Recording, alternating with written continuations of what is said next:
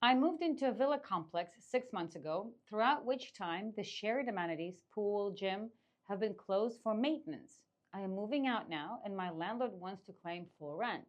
Can I claim rent reduction or compensation? The short answer is yes, you can.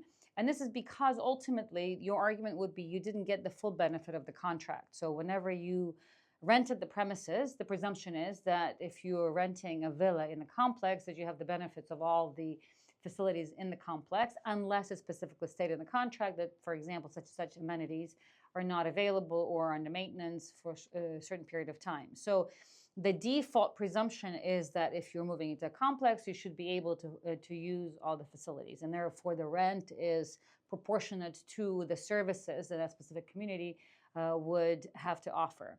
So that would be your argument. Your argument is that I'm moving out for two reasons. One is that I don't have access to all these facilities, so I have not had full benefit of all the services that I've been wanting to use. And then two is that I still do not have the benefits and I don't have a reduction in rent. So because it is possible that if the landlord potentially offered some sort of reduction on the rent, you might have considered staying in the rent. And so since you're moving out, obviously it's either was not even an option for you, or the landlord was not being cooperative. So the short answer is yes, you certainly have a legal basis, and that's your legal basis, as the benefit of the contract was breached by the landlord by virtue of the landlord failing to provide all the services that would otherwise be expected to be sort of to be accompanied with this kind of a rental arrangement. And I guess there's two things you can claim. One is early termination of the agreement, and therefore refund of the rest of your rent. And then also two, you can also claim compensation for the first 6 months that you've lived in the villa, discounted by virtue of not having access to those facilities that would otherwise and your rent would have covered. So that's from a legal standpoint. That's basic. Those are your arguments, and that's a legitimate argument.